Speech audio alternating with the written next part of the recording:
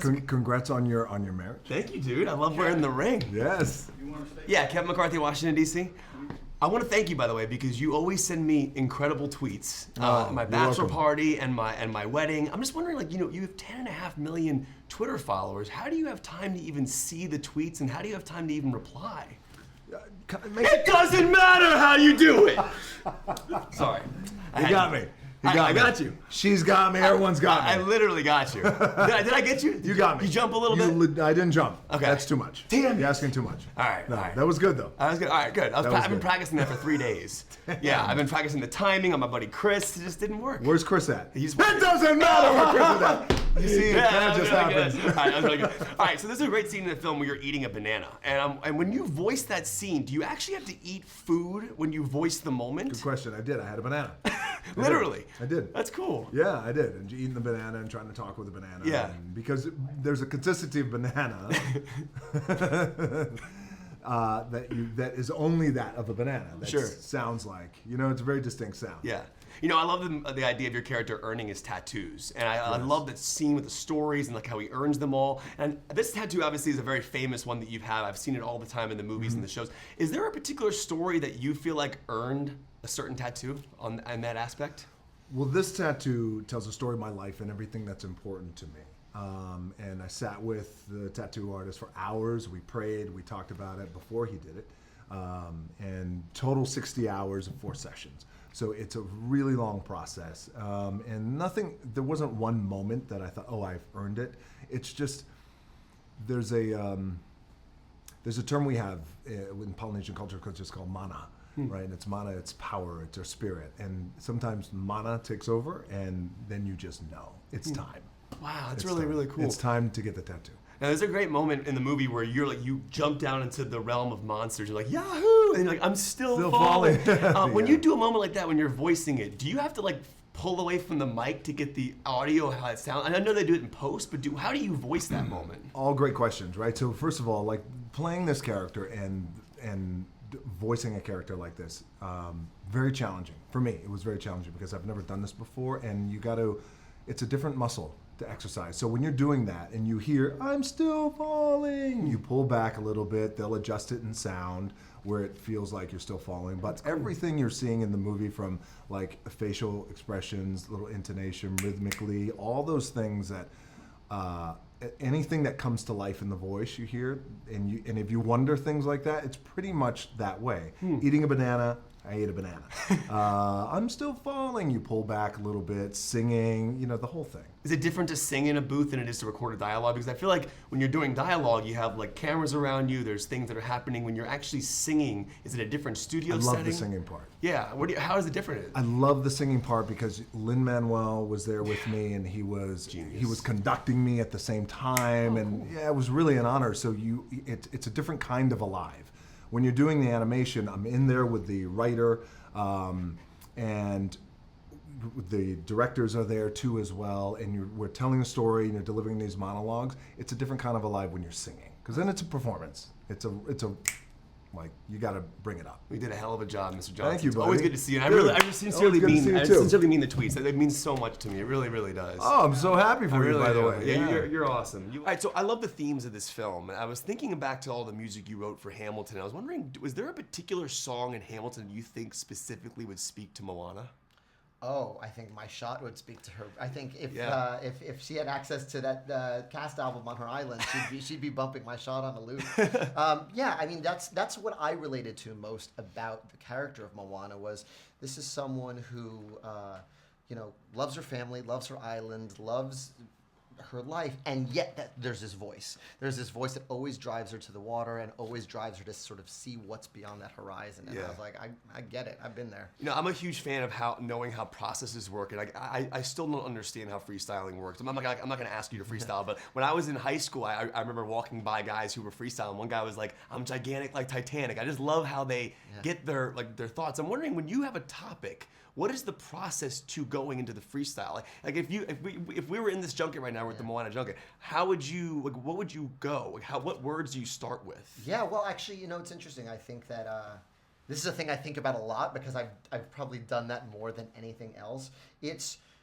after a certain amount of reps, you just kind of have these avenues you go down, and you also, it's almost like you're putting your language through a filter, and Interesting. and the words that rhyme just stick to it as it goes through the filter. Right.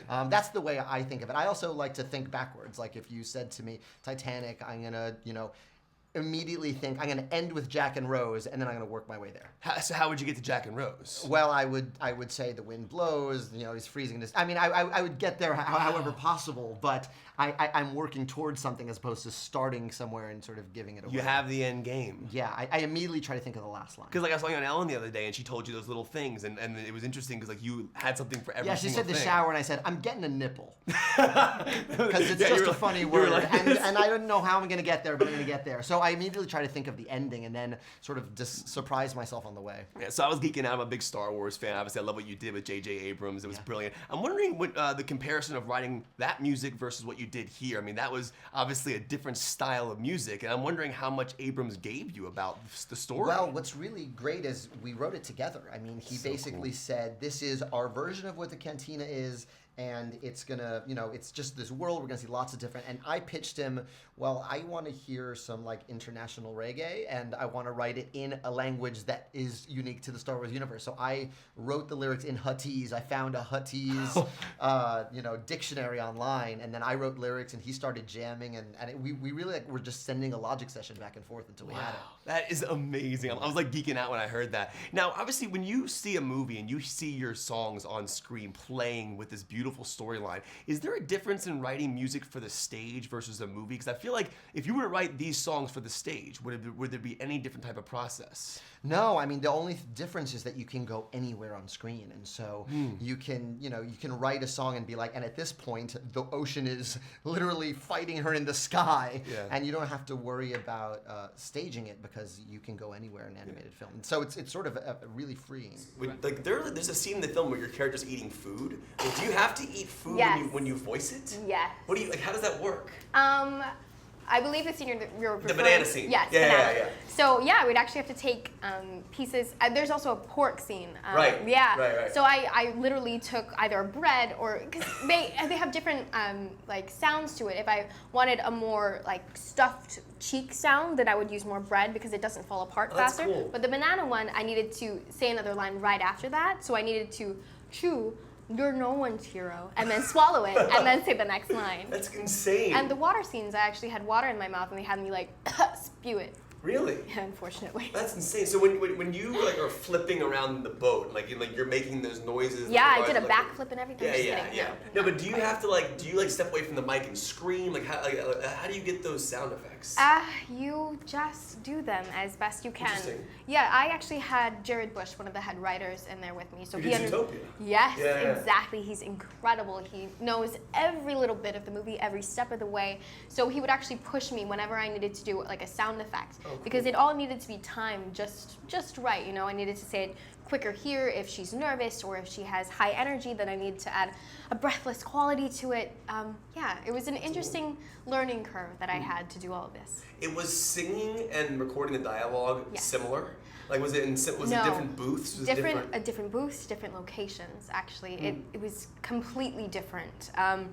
When I was recording just regular dialogue, I had cameras on me. And actually while I was singing as well, that way they could add my facial expressions and make it just more lifelike.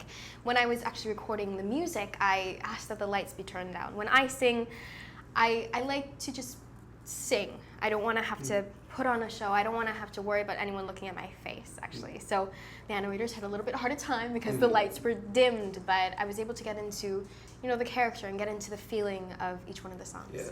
Now, obviously, your last scenes with Dwayne, but you guys didn't meet before that. No, I thought I would be rubbing like elbows with Dwayne Johnson in the booth. Which is crazy to me. Like, but do you guys ever have a conversation on the phone? Do you email about the characters? Like, 'cause I feel like when you're shooting this, you have to have some kind of chemistry. So are you hearing his dialogue? Like, how does it work? Actually, no. That's where the directors and the producer and the writers come in.